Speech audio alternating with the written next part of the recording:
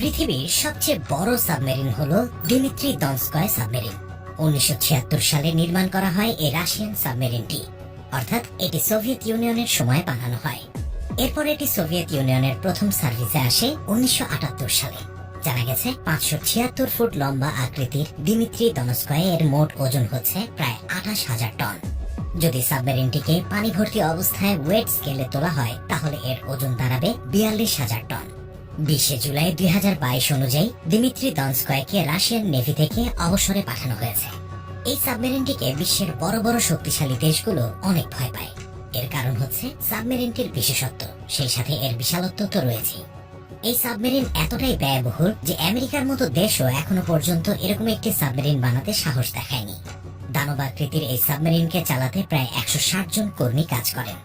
জানা গেছে এই কর্মীরা টানা 4 বছর কোন রকম পানির স্পর্শ ছাড়াই মিশন পরিচালনা করতে পারেন।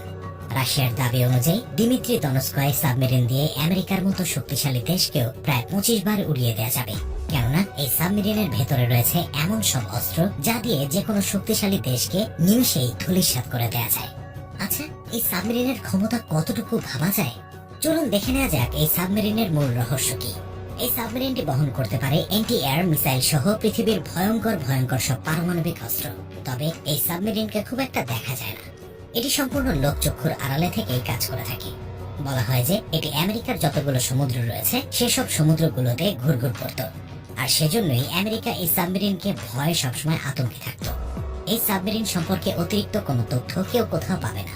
এমনকি ইন্টারনেট ঘাটাঘাটি করেও এই সাবমেরিন সম্পর্কে অতিরিক্ত তথ্য জানা যায়নি। এটি সম্পর্কে মানুষ ঠিক ততটুকু তথ্যই জানে যা রাশিয়া জানিয়েছে। আমেরিকার সাবমেরিন বিশেষজ্ঞরা গবেষণা চালিয়ে জানিয়েছেন এই সাবমেরিনের ভেতরে এমন কিছু থাকতে পারে যা গোটা পৃথিবীকেই ধ্বংস করে দিতে পারে। আমেরিকার এই আশঙ্কাটি নিছক কোনো মজা নয়।